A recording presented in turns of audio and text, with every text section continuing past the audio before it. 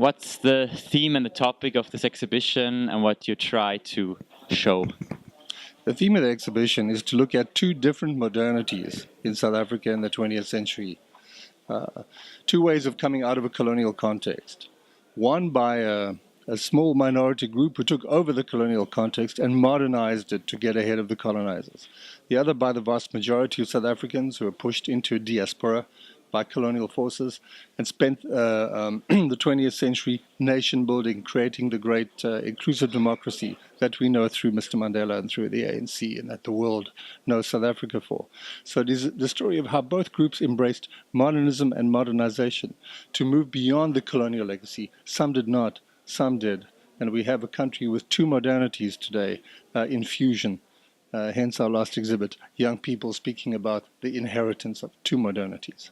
We feel that modernity was a very appealing concept, that modernity is a little understood but defining aspect of South African and for most countries post-colonial history. We therefore wanted to explore the two modernities in South Africa and get the message out that modernity is not exclusively a Western European thing or beating the drum.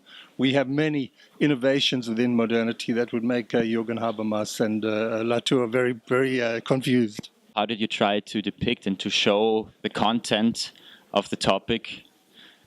Well, on the two sides, to put it bluntly, on the white side, there was an attempt to make a perfect world through infrastructure, through architecture, through an embracing of high modernity, coming off culturalist or romantic themes into a high modernity. So that is an environment in the kind of Sloterdijk sense of a sphere bubble. On Black South Africa, the majority side, there is an attempt to create a nation in a diaspora and to have state power in a diaspora and rights.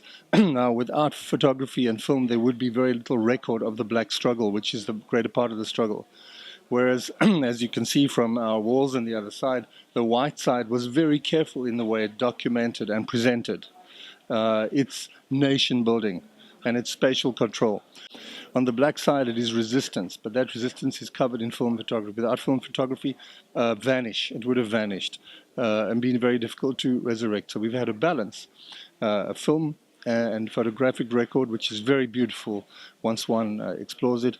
And on the other hand, we've had to almost encapsulate the way in which the minority side presented itself, which is a very brilliant self-presentation, if somewhat diabolical.